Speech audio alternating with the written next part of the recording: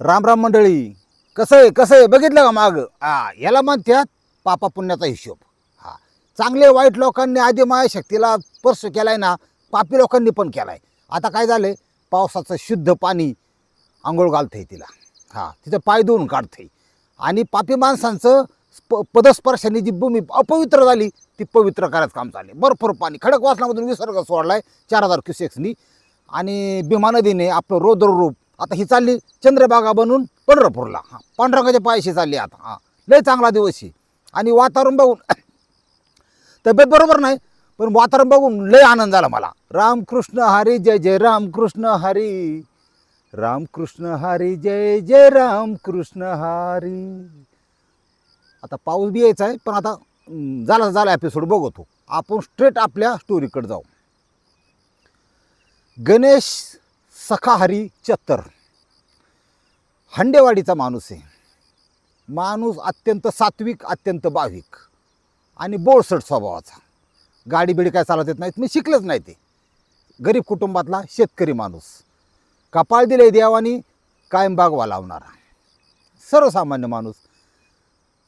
त्यांना अभंगाची आवड, त्यांना देवाची आवड.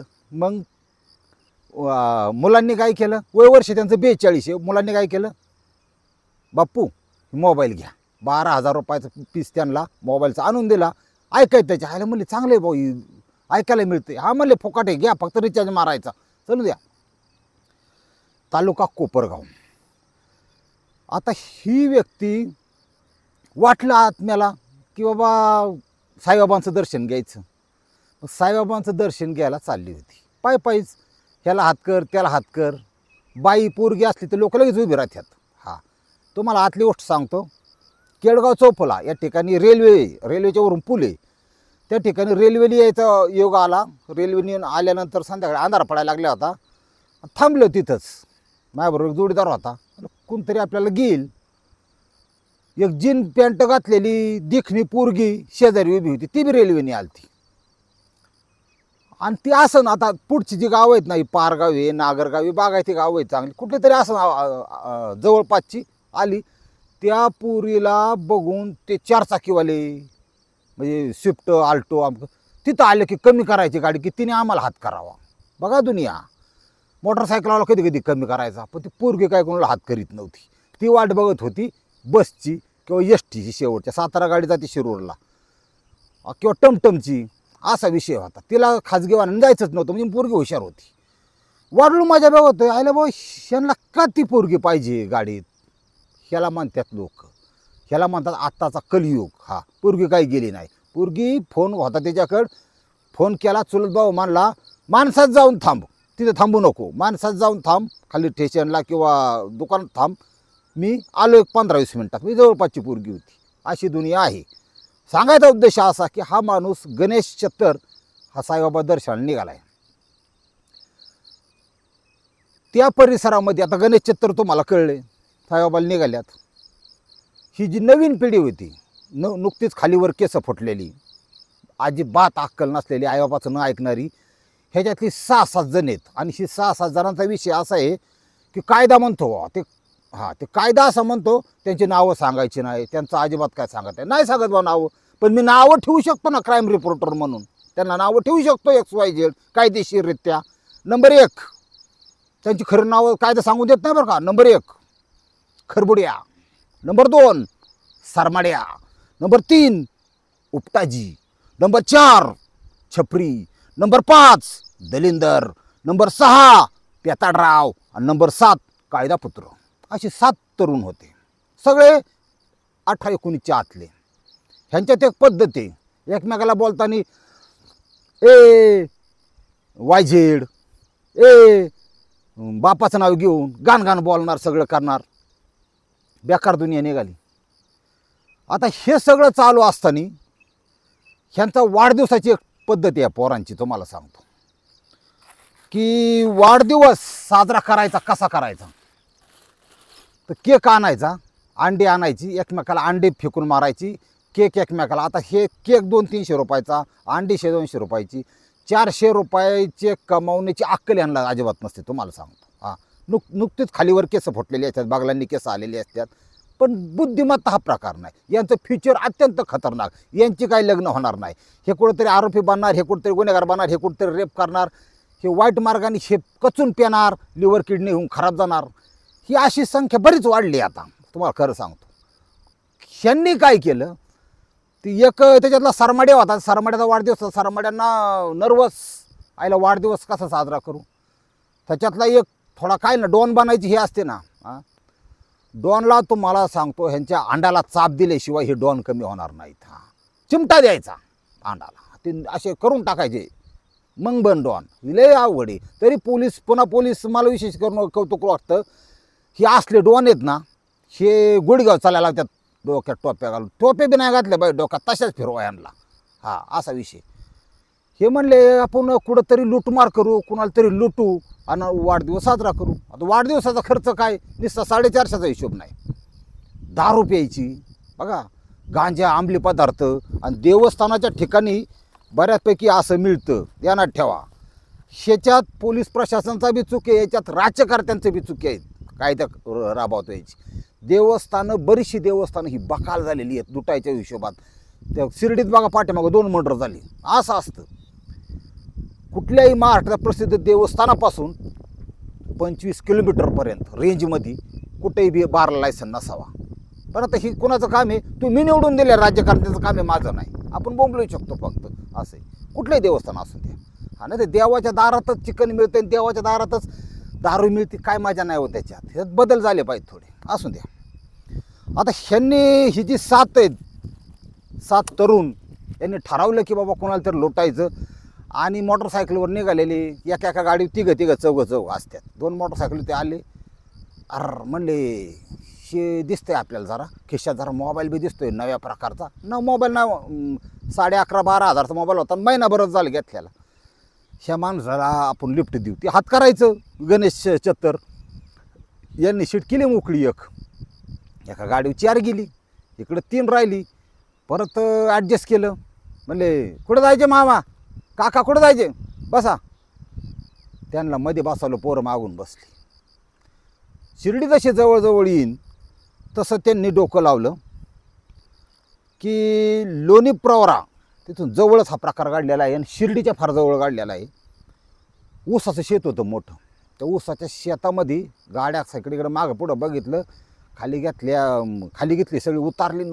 त्या माणसाला गणेशराव चत्तर यांना ओढीत नेलं बा ऊसात. त्यांनी आईला म्हणलं, ही बारखाली पोरं माझी पोरं याच्यापेक्षा मोठली आहेत, ही कशाला नेतात बा. ही नेलं. आता एवढी 6-7 जमल्या सुट्टी का, त्यातली काही नशेत त्यांनी ती बांधून टाकलं, त्यांना आवळून टाकलं. मारहाण चालू केली, त्यांच्या मुसकाडीच मारणे. बघा, ते त्यांना ज्यांनी काढलं, या पोरांना, त्या काढणाऱ्या वडिलांचं वयसुद्धा तेवढंच होतं, 40-42.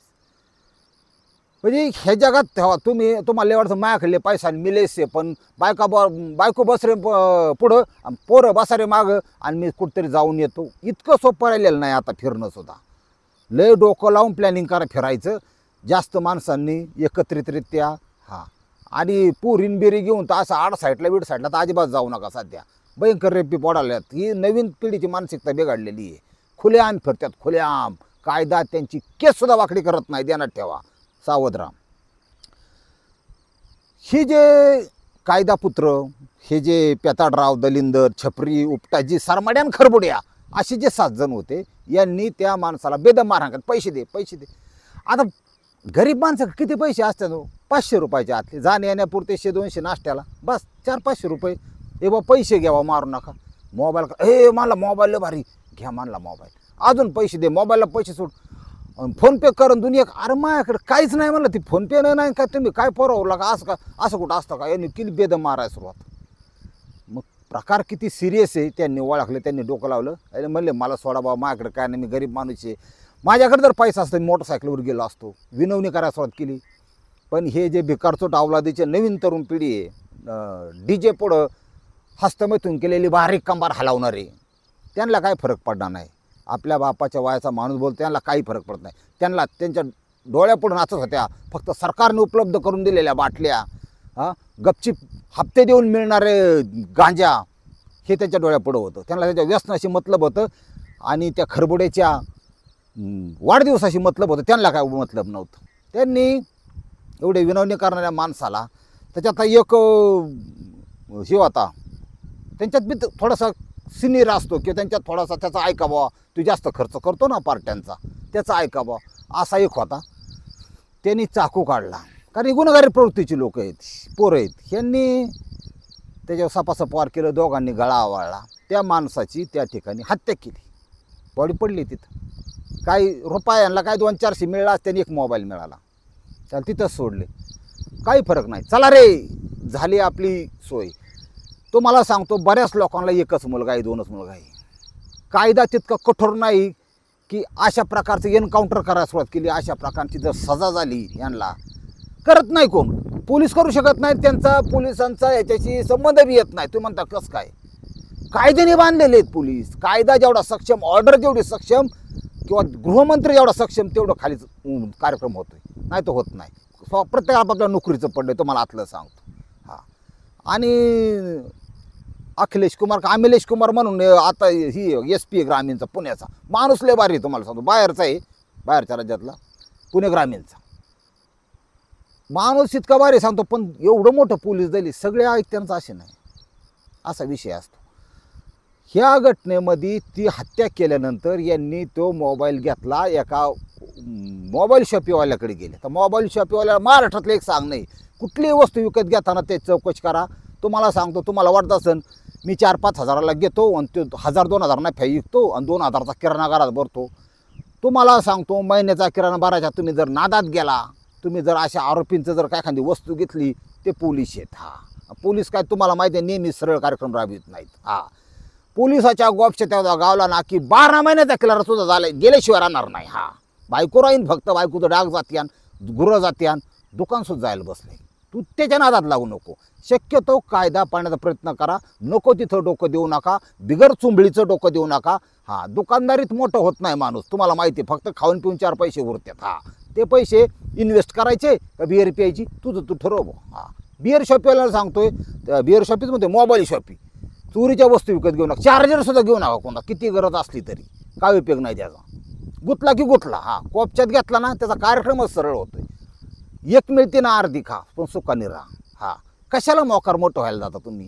ही मोबाईलवाल्याला ऐकल्या का व्हायला नावात पीस देऊ मला 11-12 हजार, पीस 4,500 देतो का बा, नाही तर मला नको बा, घे म्हणे 4,500. त्याला काय 4,500 मध्ये सोपं आहे काय? 10-12 बाटल्या बिअर येईन, चायनीज येईन, ती लाल रंग टाकलेलं कॅन्सर होतो ना पोटाचा त्यांनी. हां, जर संजीवनी हॉस्पिटलला आपले आळंदीला जाऊन बघा, कशामुळं सिटीत कॅन्सर वाढल्यात. मैद्याचे पदार्थ ही मरणारीत लोक लवकर, तुम्हाला सांगतो. सुधारण्याची गरज आहे माणसाने. काय करतोय आपण? हां, ते मैद्याचे पदार्थ, ते कलर बिलर टाकलेलं खाऊ नका. एखादा लई इच्छा झाली बा मरण तू नाही खाल्ला चायनीज, त्याला मध्ये बिगर कलर बनव, असं तरी करा कमीत कमी. अजिनोमोटो नावाचा एक प्रकार टेस्ट वाढवण्यासाठी टेस्ट पावडर म्हणते त्याला, ते अजिबात टाकू नका. पोटाचा कॅन्सर झाल्याशिवाय आतड्याचा राहणार नाही तुम्हाला. हा विषय आहे त्याच्यात. राजीव दीक्षित सर्च करा, अतिशय सुंदर आहार पद्धती त्यांनी सांगितली, ती फॉलो करा. काय नाही, हे जगात चांगलं आहे तेवढंच घ्या. मोबाईलवर नुसती मिया खलिफा बघून उपयोग नाही हो. तुम्ही जगले पाहिजे, हे सुद्धा माझ्या दृष्टीने महत्त्वाचं आहे. आणि माझ्या सबस्क्रायबर तर 100% आपण 80पर्यंत घालवणार आहे. हां, तुम्हाला सांगितलं ना, एक तुमच्यासाठी एक गोष्ट देऊन जाणार आहे, देणारच मी. थांबा, थोडा नेर घ्या तुम्ही फक्त. आता सध्या जरा तब्येत बिघडली, असू द्या. या घटनेमध्ये 4,500 रुपये दिले यांनी. पार्टी आपापल्या घरी निघून गेले, संपला विषय. 6 दिवस बॉडी राहिली उसात आणि तारीख उजाडली 13 जून. या दिवशी सकाळच्या पारी वास आल्यामुळं कुत्री बित्री ह्या ते शेतकऱ्यांनी बघितलं बा. आईला म्हणला वास, ती माणूस बघितलं होतं, ती गरबाडलं. हा काय मुतायची बंद. पाटकुनी पोलीस पाटलाला फोन, पोलीस स्टेशनला. पण हे बघा माझ्या उसात काय झालं. फिर्याद घेतली, रितसर पोलीस स्टेशन तिथं दाखल झालं. बॉडी घेतली, पंचनामा केला आणि ह्याला पाठवली. तो पण मिसिंगच्या तक्रारीने बॉडीचं मिळतं ते लगेच पटलं. कोणाची काय?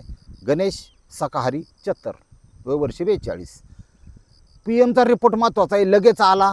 असा आला की मारहाण आणि चाकूने वार केल्याने हत्या, म्हणजे मृत्यू. कुणी मृत्यू केले, कुणी हत्या केली? त्यांचा जो मोबाईल चोरला, घरचे म्हणजे मोबाईल चोरला गेला, मोबाईल सिव्हिलियन्सला टाकला. कधी चालू होतं, कधी EMI नंबर असं, नुसतं कार्ड बदलून चालत नाही, तुम्हाला आतलं सांगत नाही. 6-7 दिवसांनी ह्या दुकानदाराने कोणाला तरी 1,000 मिळतात का, 2,000 नाव पिशे बघ चांगला क्लीन करून निघाला दिला. त्याने कार्ड टाकलं, लगेच पोलिसांना सिग्नल. कोणाकडे तिथे बी नवीन खालीवर केस उगवलेलं एक ते नवीनच होतं. हां ते फुकटा जीव होता असं समजा. फुकाटी मिळते ना वस्तू, दुकानात पैसे द्यायला नकोत. नवं घे जुनं कुणाचं घेऊ नका. बघा मर्डर केसमधला मोबाईल होता येऊ सुट्टी देत नाही. त्याच्या आईबापाला जाऊन विचारा किती कार्यक्रम झाला त्याचा गदाळ. सगळं जातंय तुम्हाला लय आतलं सांगत नाही. लय पैसे जातात. हां ती त्याला उचलला, अयो पोलीस माझ्या दारात. उचलला, मला कुठे घातला? ह्या दुकानदाराकडे घातला. मोबाईल दुकानदार उचलला, मोबाईल कुठे घातला? हे मला 4-5 जण आलते बाबा गाडी यांनी दिला बाबा. माझं काय नाही, तुझं काय नाही, तुझंच सगळे चोरीच्या वस्तू विकत घेतो. कायदा मोडला, संपला विषय. त्याचं दुकान राहत असतं आता असं बी. ती इकून त्याला भरावं लागणार पैसे.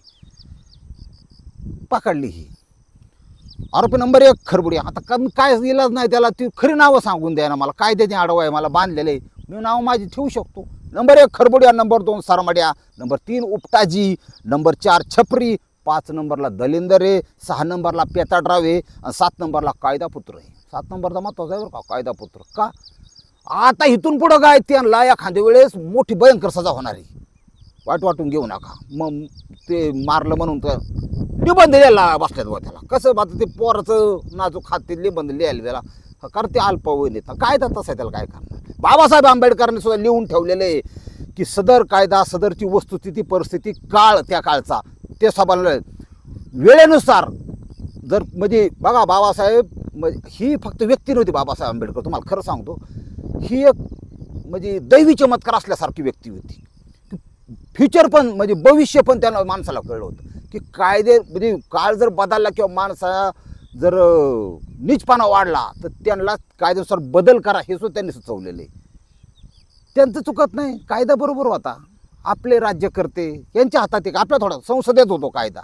हां पण ह्यांचं ती डोकी वेगळी चालतात. सत्ता, सत्तेतून पैसा, पैशातून सत्ता.